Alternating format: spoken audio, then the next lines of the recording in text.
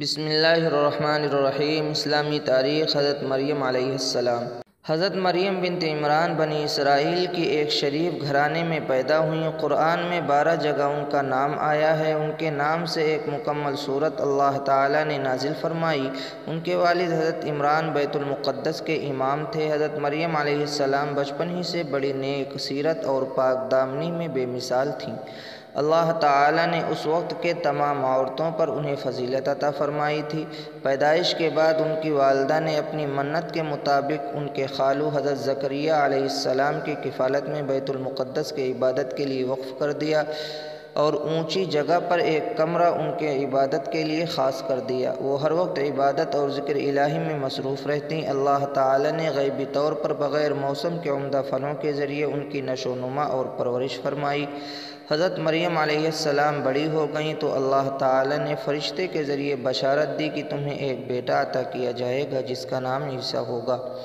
وہ دنیا آخرت میں بلند مرتبے والا ہوگا اور بچپن ہی میں لوگوں سے بات کر کے آپ کی پاک دامنی کی شہادت دے گا۔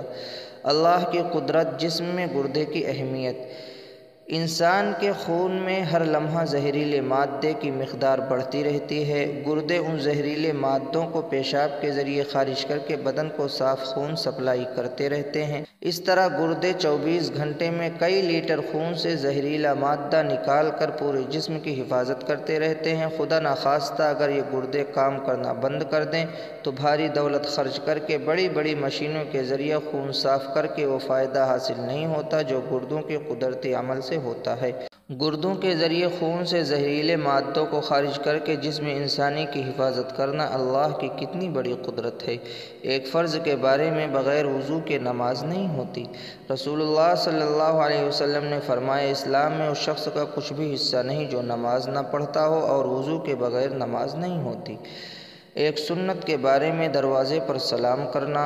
رسول اللہ صلی اللہ علیہ وسلم جب کسی کے گھر کے دروازے پر آتے تو بالکل سامنے کھڑے نہ ہوتے بلکہ دائیں طرف یا بائیں طرف تشریف فرما ہوتے اور السلام علیکم فرماتے۔